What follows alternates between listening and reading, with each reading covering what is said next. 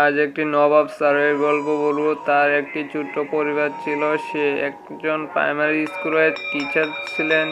তার একটি দুষ্ট সন্তান ছিল। সেই সন্তানটি তার কাছ থেকে অনেক টাকা নেয়। তখন সে টাকা নিয়ে কি করে সে জানতে পারে না। তখন একদিন তাকে ডাক দিয়ে বলল, তুই আমার কাছ থেকে এত টাকা নিয়ে কি করিস? তখন সে বলতেছে, আমি স্কুলে খরচ করি। তখন বলতেছে, কি কষ্ট করিস, এত টাকা লাগে কেন? তোকে আর আমি কোনো টাকা দেব না। তখন সেই ছেলেটি সেখানে কাঁদতেছে, টাকা না দিলে আমি আর কখনো স্কুলে যাব না। তখন তার মা এসে বলে, কেন আমার ছেলেকে টাকা দিবা না? আমার ছেলে অনেক ভদ্র একটা ছেলে, সে কোনো অবৈধ পথে টাকা খরচ করে না।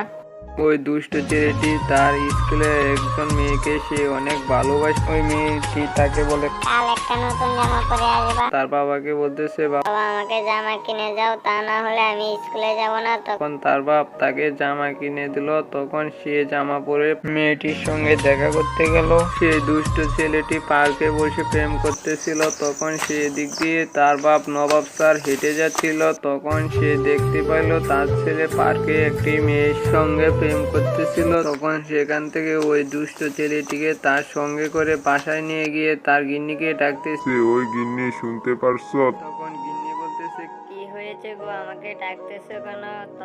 তখন বলে, তোমার ছেলে আজ একটি মেয়ের সঙ্গে পার্কে বসে প্রেম করতেছিল। তখন বলে, কি বলো এসব? তখন সে তার সন্তানকে অনেক মারছিল। তখন সে সন্তান সেখানে কাঁদতেছিল। তখন তার মা বলতেছে, খেতো না বাবা, আর এমন কাজ কখনো করো না, আবার খেতে আসো। এই গল্পটাতে বোঝা যায় মা তো মা কখনো মা যত শাসনই করুক না কেন তার ভালোর জন্য।